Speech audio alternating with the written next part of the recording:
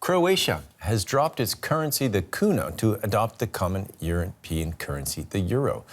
The Balkan nation becomes the 20th member of the eurozone. Croatia had to meet strict economic conditions to join. European Commission President Ursula von der Leyen traveled to Zagreb to mark the occasion. Croatia also became the 27th member of the passport-free Schengen zone, which allows more than 400 million people to move freely through its borders. And let's cross over to Stephen Beardsley from DW Business, who joins us live from Croatia's capital, Zagreb. Stephen, what's the reaction been so far? Hi, Nick. That's right. It's a historic day here in Croatia. It becomes the 20th country to join the eurozone and only the second country from the former Yugoslavia to adopt the euro as its currency.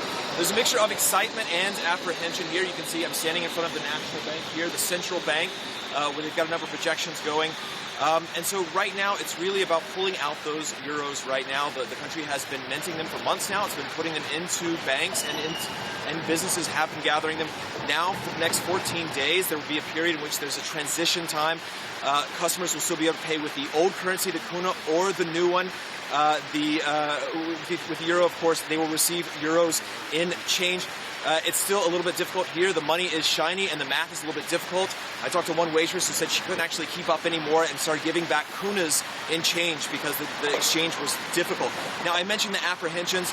That is here that with prices being as high as they are, the exchange rate is not going to be in people's favor here, that people are going to round up and that things are going to get more expensive. There's also a bit of nostalgia here for the kuna. Remember, this was the currency of Croatian independence from 1991, so that is no small thing. And, Stephen, how significant is this switch to the euro for Croatia and its actual economy? Yeah, it's quite meaningful. If you look at, you mentioned the Schengen milestone, those are the two big milestones that are happening today. Both have broad ramifications for their economy. The hope is that by reducing the friction on businesses and certain sectors, especially the tourist sector, which is the most important branch here in Croatia, that will help increase business for this nation. So it is no small thing at all. We talked to the central bank governor here who said that it also is important for borrowing costs by hitching their wagon essentially to a larger, more stable coin, that their risk premiums essentially for borrowing go down, and that is also a benefit to Croatia. So there's a lot of hope that this will that this will usher in a lot more business and a lot more possibilities, at least on the political level, for those who made this decision. One grumble that you do hear quite often here is that it was really a decision that was left out of the people's hands. The politicians made it, but obviously there is some excitement about what's going on nonetheless. Okay, so a lot of excitement, but you mentioned grumbling. What is the nature of the grumbling? Who are these critics? What are they saying? Well, in addition to those who say that the decision itself was left out of their hands, we know that some critics say that economically this doesn't make sense for a small country like Croatia.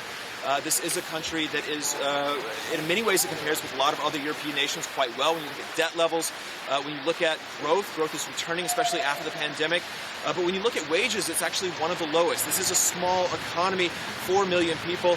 And, of course, this country no longer has control of its currency. Instead, it cannot devalue the currency. It cannot strengthen it artificially if economic times are tough. Instead, it's one of 20 nations that has to work together to make a decision in Frankfurt at the European Central Bank. So it loses its voice in that sense. And so the fear is that those decisions are mostly going to fall to the bigger nations, the Germanys and the Frances, who have more economic clout, and that Croatia, if it needs to make an adjustment, won't really have that power. The central bank governor assured me again, saying, look, this is not a big issue. We are ultimately joining a more stable coin here. So all I can say is for right now, on the first day, there's a lot more excitement, but there are a lot of question marks going ahead. Okay, with apologies to our viewers for the audio problems, and thanks to Stephen Beardsley from DW Business and Zagreb.